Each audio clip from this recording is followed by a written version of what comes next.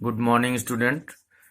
जैसा कि अभी हम लोग मीन मीडियन मोड के बारे में पढ़े हैं, अब आपके सिलेबस में मेजर्स ऑफ वेरिएबिलिटी है, विचलन के मापक।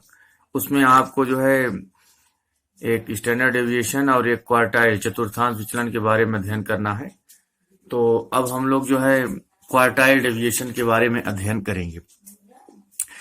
ये हमने इन चीजों को आपको मैंने पहले ही बताया है, तो इससे संबंधित जो क्वेश्चंस हैं लॉन्ग, उसके बारे में अध्ययन करते हैं। क्योंकि आप अच्छी तरह से जानते हैं कि चतुर्थांश वे बिंदु होते हैं जो किसी प्राप्तांक के वितरण को 4 भागों में विभाजित करते हैं।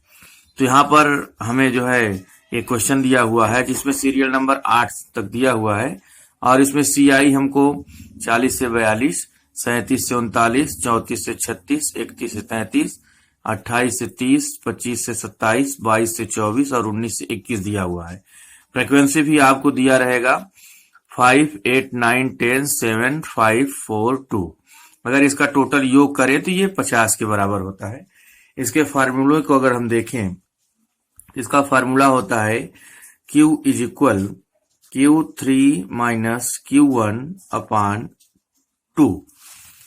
तो यहाँ पर आप देख रहे हैं Q3 ये तृतीय चतुर्थांश है और यह जो है हमारा प्रथम चतुर्थांश है।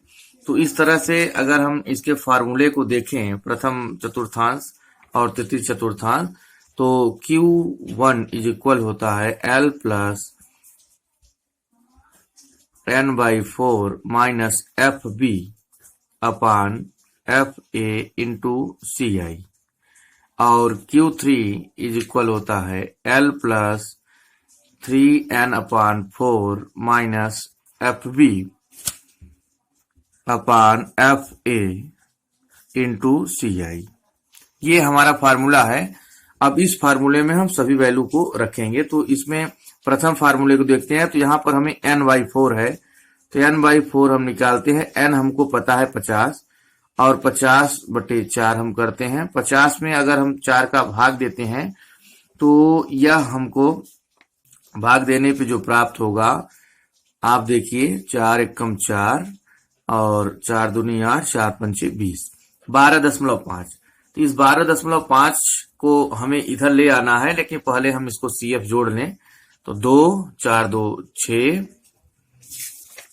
6, 5, 11, 11, 7, 18, 18 और 10, 28, और ये 28, 9, 37, 37 और 8, 45, और 45 और 5, 50। आप देख रहे हैं CF की लास्ट वैल्यू 50 है, ये भी 50 है, अर्थात ये हमारा सही है। अब हम देखते हैं इसको कि n/4 हमने 12.5 निकाला है, तो 12.5 किसके बीच आ रहा, बिलोंग कर रहा है, मीडियन ग्रुप कौन है। तो यहाँ पे आप देखेंगे 11 में ये नहीं आएगा, 12 में ये हमारा आएगा। तो ये हमारा क्वार्टाइल ग्रुप कह सकते हैं आप, अगर कहना चाहे क्वार्टाइल ग्रुप। और ये नीचे वाली इसकी आवृत्ति FB है, ये हमारी FA है, और ये हमारा लोअर लिमिट है। अब इसके मान को अगर हम रखते जाएं, हल करते जाएं, तो इस तरह से ये मान हमें प्राप्त होगा, जिसमें FA equal to 7, FB is equal to, यहाँ से FB लेंगे 11, और हमें जो है यहाँ से लोअर लिमिट जो है ये प्राप्त होगी 27.5, क्योंकि 27.5 इस तरह L का मान हुआ। अब हम सूत्र में इसको रखते हैं। Q1 इक्वल L का मान है 27.5 प्लस n/4, इसका मान हमें 12.5 प्राप्त है, माइनस FB का मान हमें 11 प्राप्त है। इसी तरह FA का मान 7 है, और CI का मान, CI का डिफरेंस अगर हम देखें, यही देखते हैं, तो ये जो है 3 का डिफरेंस है। अब इसको हम घटाते चलते हैं, इसमें सॉल्व करते हैं इसको। तो ये 27.5, ये 12.5 से अगर 11 आप घटाएंगे तो 1.5 प्राप्त होगा, और इंटू 3 है, तो इंटू 3 अपान 7। अगर इसको सॉल्व करें तो 27.5, ये होगा 15 या 45, 4.5/7। अब अगर इसको भाग दे दें तो 27.5, और ये प्लस हो जाएगा, अगर भाग दें इसमें तो 7 छंग 42.64। तो इस तरह से Q1 का मान जो प्राप्त होगा, अगर इन दोनों को जोड़ दें तो 28.14 हमें प्राप्त हो जाएगा। अब हम Q3 का मान निकालते हैं।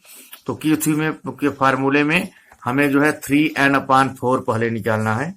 तो 3n/4 निकालने के लिए हम इसको लिखे 3n/4। n/4 का मान हमें पहले से ही पता है कितना है, 12.5। इसमें 3 का गुणा कर दें तो 12.5 का गुणा करें अगर 3 में, तो ये हमें जो प्राप्त होगा ये इस तरह से 37 लगभग, ये 37, 3 × 5 = 15 और 3 दूनी 6 × 1 = 7 और 3 × 1 = 3, ये 37.5 प्राप्त हो जाएगा। अब ये 37.5 को हम देखते हैं कि ये किस में बिलोंग करेगा। 37.5 जो है ये 45 के अंदर बिलोंग करेगा, इसलिए हमारा मध्यांक ग्रुप ये हो जाएगा दोबारा। तो मीडियन ग्रुप इसको ले लें, मीडियन ग्रुप ये हमारा FB हो जाएगा, ये हमारा F हो जाएगा, FA, और इसकी लोअर लिमिट ये हो जाएगी। अब हम इसको रखते हैं वैल्यू को इसमें, तो देखते हैं हमें क्या क्या प्राप्त होता है। तो पहले वैल्यू लिख लें हम यहाँ से। तो हमें जो सूत्र में ज्ञात करना है 3n/4 और L का मान हमें इसमें जो है 37 प्राप्त है, तो 36.5 हो जाएगा, 0.5 घटाएंगे। 3n/4 हमें पता ही है पहले से ही, 3n/4 हमारा 37.5 है। और हमें FB का मान पता हो गया है, इसमें ये FB का मान 37 है, यहाँ से आप देख सकते हैं FB का मान यहाँ 37 है। और FA का मान हमें प्राप्त है, FA का मान 8 है। और CI पहले से ही प्राप्त है हमें, CI का मान हमें प्राप्त है कितना, 3। अब इस फार्मूले में हम रखते हैं Q3 वाले फार्मूले में। तो Q3 = यहाँ पर L है, L का मान हमें प्राप्त है 37.5। इसके बाद हमें यहाँ पर प्लस 3n/4, ये L का मान जो है आपको जो प्राप्त है ये L का मान 36.5 है, ये 36 कर लीजिए, यहाँ पर है L का मान जो है 3n/4 का मान आपको जो है 37.5 प्राप्त है, माइनस FB का मान 37 है और FA का मान जो है 8 है और इंटू CI का मान 3 है। अब अगर इसको हम सॉल्व करें तो Q3 = ये होगा 36.5 और इसको घटाएंगे अगर आप, तो इसमें आपको प्राप्त होगा 0.5 इंटू 3/8। अगर इसको भी हल करें तो 36.5, ये 5 × 15 होगा, 1.5/8। अब ये हो जाएगा 36.5 प्लस 0.19, अर्थात ये प्राप्त हो जाएगा 36.69। तो इस तरह से आपने Q3 का मान निकाल लिया और Q1 का मान आपको यहाँ से पता है। और जो अंतिम फार्मूला है कि Q = यहाँ पर अगर आप देखें तो Q3 - Q1/2।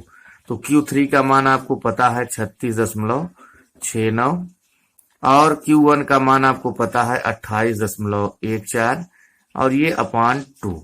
तो अगर आप इसको घटाएंगे तो आएगा आपको 8.55/2 और इसको अगर डिवाइड कर दें हम तो Q = हमें प्राप्त हो जाएगा 4.28। इस तरह से जो है हमारा जो चतुर्थांश का मान है 4.28 या 4.28 प्राप्त होगा। अर्थात कहने का मतलब ये है कि हम जो है, जैसे आपने देखा होगा कि मैंने आपको बताया था मध्यांक निकालने के लिए, तो उसी तरह से इसको भी क्वार्टाइल ग्रुप कर लीजिए। क्वार्टाइल है, मध्यांक नहीं है, क्वार्टाइल ग्रुप है। इसी तरह से उसी की तरह से आपको इसको भी निकालना है, लेकिन फार्मूले में थोड़ा सा परिवर्तन होता है। फार्मूले में यहाँ पर आप देखते हैं वो मध्यांक होता है तो 2 होता है, यहाँ चतुर्थांश है तो 4 है या 4 है। एक बार प्रथम के लिए n/4 और चतुर्थी के लिए 3 यहाँ केवल गुना हो जाएगा और फार्मूला वही रहेगा। वैल्यू सारा उसी तरह से मध्यांक की तरह से निकालते जाएंगे। पहले हम Q1 निकालेंगे, मैंने Q1 निकाला, सारी वैल्यू निकाल ली।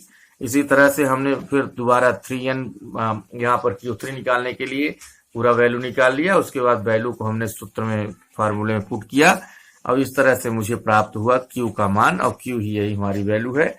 ये लॉन्ग क्वेश्चन के रूप में एक जो है आपके हमेशा जो है पेपर में, जो है यूनिवर्सिटी के पेपर में आता है। बहुत महत्वपूर्ण, बहुत इंपॉर्टेंट क्वेश्चन है। इसको आपको अच्छी तरह से तैयार करके कॉलेज जो है एग्जाम देना है, जिससे कि आपके अंक जो है आपकी परीक्षाओं में अच्छे आए और आपका श्रेणी भी अच्छा रहे। Thank you.